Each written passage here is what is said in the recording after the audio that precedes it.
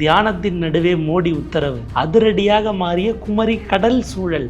வாங்கின காசுக்கு அவங்க ஓனர் கூடான், அவன்கிட்ட வாங்குற சம்பளத்துக்கு இவங்க ரொம்ப கூடான். ஒரு நேஷனல் மீடியா, நம்முடைய பாரத பிரதமர் மாண்புமிகு மோடிஜி அவர்கள் வந்து இறங்கி விட்டார். இந்த பாறையில் தான் பார்வதி தேவி இந்த மண்டபத்தில் தான் தியானம் பண்ணார் சிவனை நோக்கி.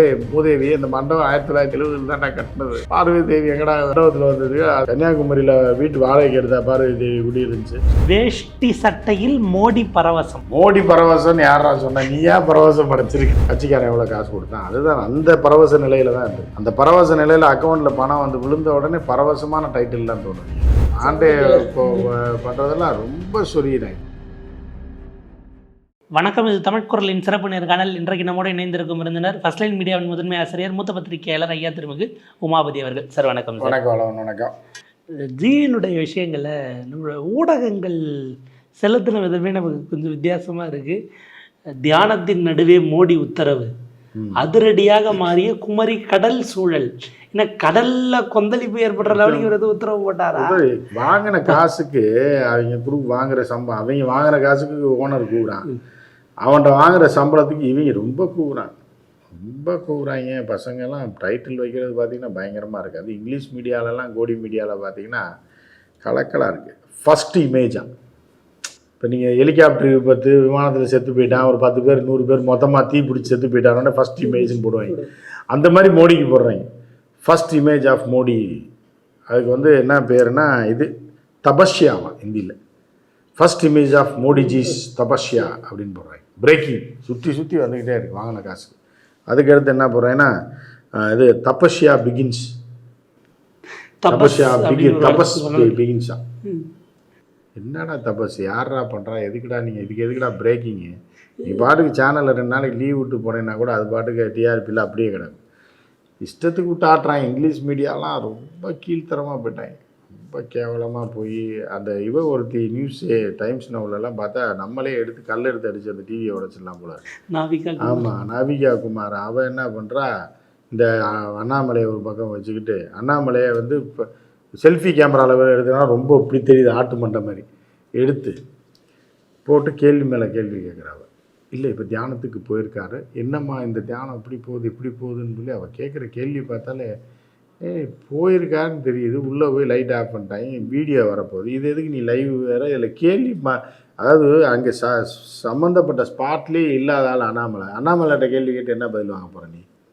ரொம்ப கேவலமாக போயிட்டாங்க. காசுக்காக எல்லாத்தையும் ஜிஏ கிட்ட உள்ள. ஆமாம், அவடெல்லாம் வீடியோ ஏன்னு எடுக்கிறான். இதில் வந்து ஜி வந்து துரத்தி விடப்பட்ட ஒரு ஆள்கிட்ட அங்கே போய் காலபைரவர் கோயிலில் சுற்றிட்டு இருக்கிற ஒரு ஆள்கிட்ட போய் லைவை போட்டு அவரும் பதிலை சொல்லி அதை போட்டு ஏற்றணும்ல, டைமை ஓட்டணும். இது காசு வாங்கியிருக்காங்க, இல்லை நாங்கள் கொண்டு போய் ரீச் பண்ணிடுறோம் அப்படியே ஒரு 9 சீட்டு வாங்க வச்சிடோன்னா இந்த டைம் வந்து மோடி வீழ்ந்து அழிவுக்கு காரணமாக இருக்க போகிறதே கோடி மீடியா தான். இவர்கள் சொல்லக்கூடிய பொய்யில் தான் அழிஞ்சு நாசமாக போகுது பாஜக அப்படின்றத நம்ம பார்க்கணும். இதில் நம்ம ஆட்கள் வர்ணனை பண்ணாங்கல்ல, ஜி அங்கே வந்தது போனது, அதில் இவங்க சொன்னதெல்லாம் எங்கே இருந்து அந்த வரலாறுனே கண்டுபிடிக்க முடியாத அளவுக்கு பல விஷயங்கள் இருந்தது. அந்த பாறையை பற்றியும் விவேகானந்தரை பற்றி என்னென்னமோ சொன்னாங்களே, அதெல்லாம் அதான் ஒரு டிவியில் வந்து ஒரு நேஷ்னல் மீடியா தமிழ்லேயும் வச்சுருக்காங்க, எல்லாத்தையும் வாங்கிட்டாங்க. அதான் அம்பானி டிவி தான் இங்கே இருக்குது. அதில் எடிட்டர்னு சொல்லிட்டு ஒருத்தவங்க ஆள்லாம் இருக்காங்க, எல்லாம் ஒரு குரூப்பே இருக்குது. அந்த பையன் சொல்கிறான் லைவில், மோடி இது நம்முடைய பாரத பிரதமர் மாண்புமிகு மோடிஜி அவர்கள் வந்து இறங்கி விட்டார். இந்த பாறையில் தான் வந்து பார்வதி தேவி இந்த மண்டபத்தில் தான் தியானம் பண்ணார் சிவனை நோக்கி. சிவனும் ஒரு பக்கம் பார்த்தா சிவனும் பார்வதியும் புருஷன் பொண்டாட்டின்றாங்க. பார்வதி எந்த காலத்தில் இதோ கடவுள்னு சொன்னால் கூட, ஏடா போன வாரம் ஏதோ பார்வதி வந்துட்டு போன மாதிரி இந்த ஐலாண்ட் எக்ஸ்பிரஸில் வந்து தியானம் பண்ணிட்டு போன மாதிரி சொல்கிறாங்க. அந்த ஒன்றுமே தெரில போல. குப்பை பசங்களை சேர்த்து வச்சுருக்காங்க வேலைக்கு. ஏன்னா மேலே இருக்கவனே குப்பை தானே. அப்போ என்ன அப்போ என்ன அவன் சொல்கிறான், இப்போ பாறையில் வந்து தியானம் பண்ணாராம். 1863 தான் இவர் பிறந்திருக்காரு. யார்? விவேகானந்தர். இவன் சொல்கிறான் அந்த ரிப்போர்ட்டர். அதாவது 1863ஆம் ஆண்டு தண்ணீரில் குதித்து நீந்தி இந்த பாறைக்கு வந்து விவேகானந்தர் தியானம் செய்தார். அதே போல் தான் இவரும் இப்போது வந்திருக்கார். இந்த டைம் வந்து தண்ணியில் குதிக்காமல் இவர் வந்திருக்காருன்றான். அதுக்கான பார்வதி தேவி அந்த மண்டபம், இந்த மூதேவி அந்த மண்டபம் 1970 தான் நான் கட்டினது. பார்வதி தேவி எங்கடா மண்டபத்தில் வந்தது. அது என்ன இப்போ இதில் என்ன கன்னியாகுமரியில் வீட்டு வாடகைக்கு எடுத்தா பார்வதி தேவி குடி இருந்துச்சு. இப்படிப்பட்ட கூமுட்டைகளெல்லாம் ரிப்போர்ட்டராக வச்சு அதை லைவ் வேறு பண்ணுறாங்க. ஆன்-ஏரில் போயிட்டு இருக்கு. நேஷ்னல் மீடியான்றாங்க. கேட்டால் எல்லா லாங்குவேஜ்லேயும் நாங்கள் இருக்கோம். அப்போ இவங்கள மாதிரி தரங்கட்டவர்களை வச்சு அப்போ அவன் சேனல் எப்படி இருக்கான், அவன் ஓனர் எப்படி இருப்பான், அவன் எடிட்டர் எப்படி இருப்பான்னு பார்த்து. அப்போ இந்த நாடு எப்படி இருக்குது, பிஎம்ஏ எப்படி இருக்கும்போது அப்போ இவங்கெல்லாம் எப்படி இருக்கும்போது இவங்கள சொல்லி எந்த பிரயோஜனம் கிடையாது அப்படின்ற மாதிரி தான் அது போயிட்டுருக்கு. இப்படி ஒரு பக்கம் இருக்குது. இன்னொரு பக்கம் பார்த்தா இந்த யூடியூப்ன்றது ரொம்ப தடை செய்யப்பட வேண்டியதுதான் போல். நம்மளே கூட போய் எழுதி கொடுத்து நாங்கள் நிறுத்திடுறோம், எல்லாம் யூடியூப் மூலம் தடை பண்ணுங்கடா அப்படின்ற மாதிரி நம்மளே போகக்கூடிய நேரத்துக்கு கொண்டு வந்து விட்டுறாங்க போல். ஒரு கூப்பிட்டு ஏதோ மண்டைக்குள்ளே இது போயிடுச்சான். ஒரு ஏதோ தவ முனிவர், அந்த தவ முனிவர் இது எங்கேயோ போயிருக்காரா, ராஜராஜ சோழன் மண்டைக்குள்ளே தான் போயிருக்கு. அதான் ராஜராஜ சோழன் ஏதோ தண்ணியில் குளிச்சுட்டு இருந்தாரா, தண்ணி குளிச்சுட்டு இருக்கும்போது அந்த தவளையுடைய விந்து வந்து அவருடைய மூக்கு வழியாக உள்ளே போய் அது மூளையில் வளர்ந்து தேரையாக மாறிடுச்சான். வளர்ற வரைக்கும் இருந்திருக்கு. அங்கேயே வந்து தேரையா மாறின பிறகு அங்க அது அவருக்கு தலைவலி எடுத்திருக்கு. என்ன பண்றது, தீராத தலைவலி. தேரையா மாதிரி அவ்வளவு பெருசு ஆனதுக்கு அப்புறம் தான் தலைவலிக்க ஆரம்பிச்சிருக்கு. என்ன பண்றதுன்னும் போது அந்த பக்கமா ஒரு தபஸ்வி, இந்த தபஸ்வியா மாதிரி ஒரு முனிவர் வராராம். அந்த முனிவர் வந்து பார்த்தீங்க அப்படின்னா அவருடைய பெருமைகளை கேள்விப்பட்டு எப்படியாவது நீங்கள் தீர்த்து வைக்கணும்னு போகிறாங்களாம். அவர் பார்த்ததை கண்டுபிடிச்சிட்றாராம் உள்ள அப்பயே உடைச்சு அந்த மண்டையை அவரே ஓப்பன் பண்ணுறாராம். ஓப்பன் பண்ணி பார்த்தா உள்ள மூளையில் அப்படியே தேரை உட்காந்து இவனெல்லாம் பார்த்துக்கிட்டு இருக்கான். இப்போ இதை வெளியில கொண்டு வரணும்னு நம்ம கையை வச்சு பிடிச்சி இழுத்தோம்னா மூளையோட வந்துடும். ராஜராஜ சோழ மண்டையை போட்டிருப்பான். அதனால என்ன பண்ணாராம், ஒரு இளநியை கொண்டு வர சொல்லி இந்த இளநியை அப்படி சீவராராம். சீவும் போது இதுலேருந்து ஒரு துளி அப்படி போய் தேரோட நாக்களை விடுதான். இது இனிப்பாக இருக்குன்னுட்டு தேரை மூளையை விட்டுட்டு அங்கேருந்து அப்படியே தவ்வி இந்த இளநீ கூட்டுக்கு உள்ளே போனவொடனே டக்குன்னு அவர் மூடி அதை தேரையை அப்படி கொண்டு போயிடுறாராம். அவர் தான் தேரையர் சித்தர் அப்படின்னுட்டு. இல்லை, இதெல்லாம் எங்கேருந்து இவங்களுக்கு எந்த புக்கில் படித்தாங்க, எந்த இதில் இருந்தாங்க அப்படின்றது தெரியல. ஸோ இந்த மாதிரி கேனையங்களை வச்சு எடுத்து அந்த யூடியூப் அதுலேயும் ஒரு 10,000-20,000 பேர் பார்த்துருப்பாங்க. அந்த மாதிரியான டுபாக்கூர் சேனல்கள் இருக்குது. அப்புறம் இப்போ கைதெல்லாம் வேறு ஆனாங்களே, ஒரு பொண்ணு வேறு இது செக்ஸியாக கேள்வி கேட்டு கேவலமாக போய் பிடிச்சா ஓனரை பிடிச்சி உள்ள விட்டாங்க. கேமராமேன் பாவம், அந்த கேமராமேன் என்ன பண்ணான்னு தெரில, எல்லாத்தையும் பிடிச்சி உள்ள போட்டாங்க. ஸோ இந்த மாதிரியான ஆட்களை தடை செய்யணும், நிறுத்தணும்னு சொல்லி நம்மளே யூடியூபுக்கு அப்பீல் பண்ணணும் போல ஒரு சூழ்நிலை இருக்குது. பாண்டே அவரு ரொம்ப முக்கியம் இல்லையா? பாண்டே வந்து இந்த 3 நாளைக்கு தானே பல்ட்டி அடிக்க முடியும். இப்போ வந்து தீவிரமாக இப்போ வந்து என்னென்னா பாண்டே வந்து பிச்சை எடுக்கிறது என்னென்னா, இப்போ இந்த திருவிழா முடிய போதில் 3 நாளில் முடிய வரைக்கும் பல இடங்களில் கம்பியில் நடந்து காட்டி ஏதோ இப்போ துண்டில் விழுகிற காசு, போர்வையில் விழுகிற காசு சுட்டிட்டு போகணும்ல. வேஷ்டி சட்டையில் மோடி பரவசம். மோடி பரவசம் யாரா சொன்னா? நீயா பரவசம் படைச்சிருக்க? தம்பனையில் அவரோட இதுக்கு இதில் கொடூரமாக இருக்கு. பாண்டே பண்ணுறதெல்லாம் ரொம்ப சொரியிறாங்க. இல்லை, இப்போ கடவுள் பரவசம் குர்த்தாவும் இதுவும் ஷெர்வானியும் போட்டால் வராதா? இல்லை வேஷ்டி போட்டான்னா கடவுளே பரவசம் ஆயிடுவாரா? என்னங்கடா சொல்ல? தியானங்கிறது இந்த பரவச உணர்வுகளெல்லாம் தாண்டி தானே சமநிலையை நோக்கி போகிறது தானே. அது இவங்களுக்கு தெரிஞ்சா தானே. இவங்க சமநிலை அப்படின்றது இன்னைக்கு போட்ட செக்கு காசு வந்துருச்சா, போட்ட விளம்பரத்துக்கு காசு கொடுத்துட்டாங்களா, கட்சிக்காரன் எவ்வளோ காசு கொடுத்தான், அதுதான் அந்த பரவச நிலையில் தான் இருந்திருப்பேன். அந்த பரவச நிலையில் அக்கௌண்ட்டில் பணம் வந்து விழுந்த உடனே பரவசமான டைட்டில்லாம் தோணும் இவங்களுக்கு, போட்டு தம்ப்நெயில் போட்டுருவாங்க. ஸோ அந்த மாதிரியான ஒரு விஷயந்தான் இது. கடைசி கட்ட பணமாக இருக்குது. இன்னும் 3 நாளைக்கு வாங்கினா தானே அதுக்கப்புறம் என்ன எங்கே போய் பேமெண்ட் வாங்குறது. ஸோ அந்த மாதிரியான ஒரு சூழ்நிலையில் இருக்குது. இந்த தேரையர் சித்தர் நீங்கள் சொன்னீங்களா, அந்த கதை எப்படின்னா, இலங்கையில் வந்து மகாவம்சம், சூலவம்சம் 2 வரலாற்று புத்தகங்கள் இருக்குது. பாலி மொழியில் எழுதுனது சூலவம்சம், மகாவம்சம். அதில் தான் இந்த மாதிரி டுபாக்கூர் கதைகள் பூராமே இருக்கும். புரியுதா உங்களுக்கு? அதில் வந்து என்னென்னா, இப்படி நீங்கள் ரிவர்ஸில் சொல்கிறீங்க இந்த எவனோ சொன்னான்னு சொல்லி. ஆனால் வந்து இது அங்கே எப்படி இருக்குன்னா, தவ முனிவருக்கே ஆப்ரேஷன் பண்ணுவார் மன்னர். இங்கே மன்னருக்கு முனிவர் ஆப்ரேஷன் பண்ணுறான், அங்கே முனிவருக்கு மன்னர் ஆப்ரேஷன். அந்த கதையை படிச்சிருந்தானே கரெக்டாக மோடியை லிங்க் பண்ணி சொல்லியிருப்பாங்க. அவன் எங்கே படித்தான்னு தெரில அந்த ஜோசியன். அதாவது என்னென்னா, ஒரு தண்ணியில் வந்து ஒரு முனிவர் வந்து குளிப்பார். காலையில் குளித்தோடனே அது மூக்கு வழியாக ஒரு மீன் இது ஒரு பாம்போடைய சிறிய முட்டை வந்து போயிடும் மூக்கு வழியாக. இதே மாதிரி தான் மூக்கு வழியாக வாய் வழியாக போயிடும், போய் வயிற்றுக்குள்ளே போயிடும். வயிற்றுக்குள்ளே போனோன்னா அது வெடித்து பாம்பாக மாதிரி வளர ஆரம்பிக்கும் போது வயிற்ற வலி தாங்க முடியாது.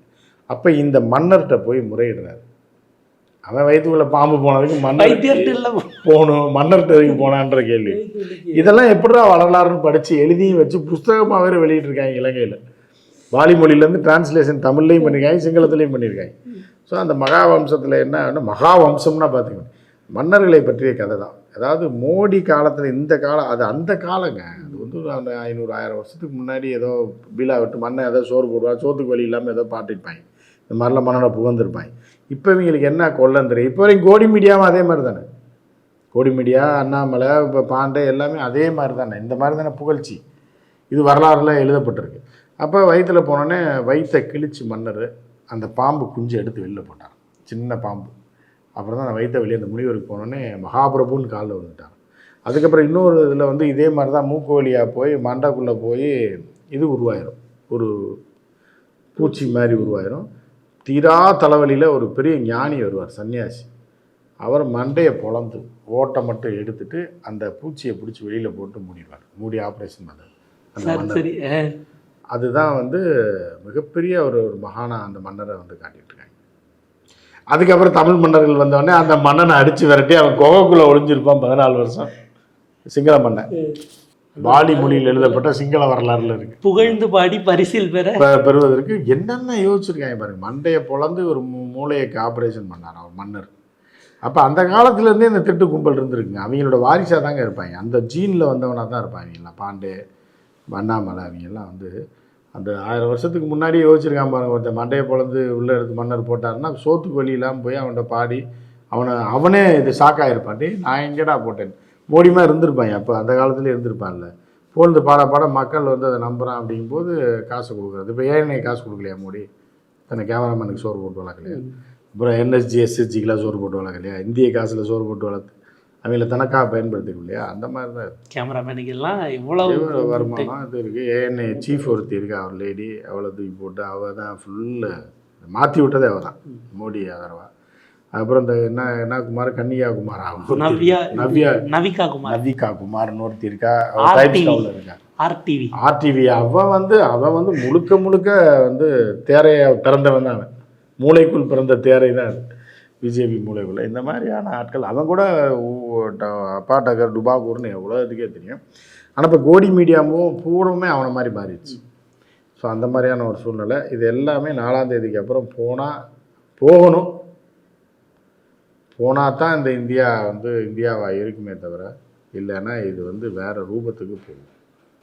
இதில் என்னென்னா போன முறை இந்த இதில் உத்தரகாண்டில் இந்த குகைக்குள்ளே போய் பண்ணார்ல, அந்த முறை 9 தொகுதியிலையுமே மம்தா தான் ஜெயிச்சாங்க. 9 காலியாச்சு. அப்போ அந்த தோல்விக்காக இப்போ விவேகானந்தர்கிட்டே போனால் ஓட்டு போடுவாங்கன்னு நம்புறாரு. அதுதான். ஏன்னா அதுக்கு உத்தரகாண்டுக்கும் மம்தாவுக்கும் சம்மந்தம் இல்லை. இப்போ வங்காளிகளுக்கும் தொடர்புடைய ஒரு வங்காளியாக இருக்கக்கூடிய நரேந்திரர் என்று அழைக்கக்கூடிய நம்ம சேதுபதி மன்னர் தான் காசு கொடுத்து அவர் அமெரிக்காவுக்கு அனுப்பி விட்டுருக்காரு. யார்? ராமநாத சேதுபதி மன்னர் தான் அனுப்பி விட்டுருக்காரு. அவர் காசை வாங்கிட்டு அங்கே போயிட்டு வந்த அவரை இங்கே பாறையில் வச்சுட்டாங்க RSSகாரன். அதில் போய் இவர் பண்ணி இவர்களை இந்த வீடியோவை பார்த்து, ஏஎன்ஐ வீடியோவை பார்த்து, அந்த கிராஃபிக்ஸை பார்த்து மயங்கி மம்தாவுக்கு ஓட்டு போடுறவன் பூரா அப்படியே மாறி பிஜேபிக்கு ஓட்டு போட்டு 9 இடங்கள்லையும் பிஜேபி ஜெயிக்கணுன்றது இவரோட நோக்கம். ஆனால் கவுன்சிலர் சீட்டு கூட வராதுன்றது தான் அவர்களுடைய திட்டமாக இருக்குது. ரைட்டா? அப்படி இருக்குது. இதெல்லாம் வந்து அதாவது இவர்களை வந்து ஆட்சி செய்தது, ஊழல் பண்ணது, இப்போ குஜராத்திகளுக்கு காசு அடித்து கொடுத்தது, டாக்ஸி போட்டது, எல்லாத்தையும் இந்திய வளங்கள்லாம் சுரண்டி விற்றது, இதெல்லாம் கூட மன்னிச்சிடலாம். ஆனால் மக்கள் இவ்வளோ கேடுகட்டு கேவலமானவர்கள் அப்படின்னு நினைக்கிறாங்க பாருங்கள். இங்கே உட்காந்து இவங்க வந்து தியானம் பண்ணால், இவர் நம்ம மோடிஜி இங்கே உட்காந்து தியானம் பண்ணால் அவர்கள் ஓட்டு போடுறாருன்னு நம்புகிற அளவுக்கு அவங்களை கேனையை நான் நினைக்கக்கூடிய ஒரு ஆட்சியை, ஒரு நபரை, ஒரு பிரதமரை வந்து நீங்கள் இந்த தருணத்தினால் வெளியே ஏற்றலை அப்படின்னா நீங்கள் எல்லாருமே லூஸாக தான் வேணும் அப்படின்றது வெஸ்ட் பெங்கால் மக்களுக்கு இது ஒரு சவால். அது புரியுது அவங்களுக்கு. ஸோ அந்த மாதிரியான சூழ்நிலை போயிட்டுருக்கு. இப்போ இதில் இன்னொரு பக்கம் அமித்ஷா அவர்கள் கடைசியில் பிரச்சாரத்துக்கு போகாமல் மீனாட்சி அம்மனையும் காலபைரவர் இவங்க 2 பேரையும் பார்த்துருக்காங்க. காலபைரவரை பார்க்குறது என்னென்னா, காலபைரவர் வழிபாடு அப்படின்றது எதிரிகளை அழிப்பதற்கான வழிபாடு. எதிரிகளே இருக்கக்கூடாது, எதிரிகளை அழித்து விட வேண்டும், அவர்கள் செய்யக்கூடியதுலேருந்து நாம் தப்பிக்கணுன்றதான் காலபைரவர் வழிபாடு. ஆனால் கூட யார் இப்போ எதிரி அப்படின்னு பார்த்தீங்க அப்படின்னா RSSகாரன் தான் எதிரி. இப்போ அவர்களுக்கு எதிராக பூஜையை போடுறாங்களா என்ன பண்ணுறாங்கன்னு ஒன்றும் புரியல. கூட அண்ணாமலை வேற கூட்டு போயிருக்காங்க. அண்ணாமலை வந்து முனியாண்டி கோயில் பூசாரி, இது எதுக்கு அங்கே காலபைரவர்கிட்ட கூட்டு போனேன்னு தெரில. ஏன்னா அவர்கள் பிராமணர்கள் தான் அந்த பூஜைகளை பண்ணாங்க. அப்போ வந்து ஒரு முனியாண்டி கோயில் பூசாரியும் கூட கூட்டு போனால் அது கிராஸ் சிக்னல் இதாகிடும், பிரச்சனை வரும், வேவ்லென்த் செட் ஆகாது. அது ஏற்கனவே வந்து அண்ணாமலை பார்த்தாலே அமித்ஷாக்கு பிடிக்காது, வேறு வழி இல்லாமல் கூப்பிட்டு போயிருக்காங்க. இதெல்லாம் வந்து இன்னும் தீர்ப்பு வர்றதுக்கு 2-3 நாட்கள் இருக்குது. என்ன நடக்குதுப்பா? ஒருவேளை அமித்ஷா கூட அங்கே அண்ணாமலை போனதுனால தான் இங்கே ஜியை சந்திக்க தமிழ்நாடு தலைவர்கள் யாரையும் அலோவ் பண்ணாத மாதிரி எதுவும் ஆகிடுச்சு. ஏன்னா ஜியை போய் இங்கே உள்ளூரில் பொன் ராதாகிருஷ்ணன்லாம் திரும்ப அமைச்சிருக்காங்க. அவர் பரிதாபமாக பார்த்துட்டு ஊருக்கு இல்லை, அவர் வந்து சும்மா மோடிஜி வந்து கடவுளை பார்க்கணும்னு அவரை சீக்கிரம் விட்டுறான். எல்லாம் கடவுளை பார்க்கணுன்னா ஒன்று கடவுள் பெர்மிஷன் கொடுக்கணும், இல்லை கடவுள் கூட இருக்கவங்க பெர்மிஷன் கொடுக்கணும், இல்லை கடவுளை பாதுகாத்து கொண்டிருக்கிற எஸ்எஸ்ஜி என்எஸ்ஜி பெர்மிஷன் கொடுக்கணும். இது யார் பெர்மிஷன் இல்லாமல் இவர் பாட்டு கடவுளை பார்த்துட்டாருன்னா எப்படி அது இதாக இருக்கும்? ஸோ இப்போ வந்து அந்த அம்மையார் என்னாச்சுன்னு தெரியல, யார் விஜயதாரணி வீட்லேயே தியானம் பண்ணுறதா கேள்விப்பட்டேன். ஏன்னா இவர் இங்கே தியானம் பண்ணுறாரு, இவரை போய் பார்க்கவும் முடியாது, கட்சியில் வந்து நாசமாக போச்சு, 25 வருஷமாக ஒரு கட்சியிலேருந்து மண்ணை போட்டாங்க. ஸோ அப்படி இருக்கக்கூடிய நிலையில் அந்த அம்மா வீட்டில் தியானம் பண்ணுறா கேள்வி, எல்லாம் போச்சு அப்படின்ட்டு வீட்டில் தியானம் பண்ணுறதா ஒரு கேள்வி. அந்த நேரத்தில் இவர் விட்டுட்டு ஓடி வந்திருக்கார், யார்? பொன்னார். ஏன்னா தெரிஞ்சதுன்னா கூட வந்துடும், ஜியை பார்க்க போகிறேன்னா கடைசியாக ஒரு வார்த்தைனாலும் பார்த்து கேட்டுருவோம், என் வாழ்க்கையை ஏன் இப்படி நாசமாக்குறீங்க, நான் கட்சியிலேருந்து வந்தேன் சேர்ந்தேன், எனக்கு எந்த பொறுப்பு கொடுக்கல, சீட்டு கொடுக்கல, அந்த ரிசைன் பண்ண சீட்டை கொடுத்துருந்தா கூட சரி அடுத்து எதாவது மினிஸ்டர் ஆகுவீங்கன்னு பார்க்கல. எதுவுமே இல்லாமல் என் வாழ்க்கையில் வந்து இப்படி எம்சாண்ட் அள்ளி போட்டீங்க அப்படின்றது வந்து எம்சாண்ட் அள்ளி போடுறேன்னா சும்மா சட்டியாக அள்ளி போட்டால் கூட புதைக்கிறதுக்கு ரொம்ப நேரம் ஆகும். ஃபுல் ட்ரௌசரை ஒரே அடி அள்ளி போட்டு குழியில் போட்டு பிடிட்டாங்க என் அம்மாவை. ஸோ அது உள்ளுக்குள்ளேயே புதைக்குழியில் தான் தியானம் பண்ணிகிட்டு இருக்கணும் அப்படின்ற மாதிரி அதோட வாழ்க்கையை நாசமாக போச்சு, அரசியல் வாழ்க்கை. அப்புறம் வந்து பொன்னார் பொன்னாரை பார்க்க விடாமல் தடுத்து விட்டாங்க. இதெல்லாம் அண்ணாமலை வேலையாக தான் இருக்கும். நான் இல்லாமல் பெர்மிஷன் இல்லாமல் நீங்கள் பார்த்துருவீங்களா அப்படின்ட்டு ஜி வந்து அண்ணாமலையை கூட வர வேணான்ட்டார். ஏன்னா அண்ணாமலை நாடகம் போட்டு டைவெர்ட் ஆகி ஏதாவது ஒன்று ஆகி அண்ணாமலை ஃபேமஸ் ஆகிட்டா அப்படின்ற மாதிரி கூட நினச்சிருக்கேன். சில இடத்துக்குலாம் போகிறப்போ அம்மா அப்பாவும் ஏதோ ஒரு இடத்துக்கு போவாங்க, ஊருக்கு போகும்போது டக்குன்னு என்ன பண்ணால் அந்த பையனை அந்த இடத்துக்கு கூப்பிட்டு போகக்கூடாது, சின்ன பையனாக இருக்கானேன்னு சொல்லி வீட்டிலே கொண்டாடிட்டே விட்டு போயிடுவாங்க. நீ இந்த கடை கண்ணிக்கு போகிறப்ப இவனை கூப்பிட்டு போ, நான் கூப்பிட்டு போனால் நல்லா இருக்காதுன்ற மாதிரி என்ன பண்ணுறாங்கன்னா அண்ணாமலையாக அமித்ஷா கிட்ட தள்ளி விட்டாப்பு. சின்ன பையனை அங்கே நீ கூப்பிட்டு போ, கோயிலுக்கு கூப்பிட்டு போ, நான் இங்கே பார்த்துக்கிறேன்ற மாதிரி இது இருக்குது. இது போக வெளிநாட்டில் வரவங்கலாம் அதிர்ச்சி ஆகிருக்காங்க. ஏதோ பாராயறன்றாங்களே பார்க்கலான்னு அங்கேருந்து அமெரிக்காவிலேருந்து ஆஸ்திரேலியாவிலேருந்து டிக்கெட்டை போட்டு வந்தால் இங்கே விட மாட்டாங்க அப்படின்றாங்க. என்ன அப்படின்ட்டு இருக்காங்க.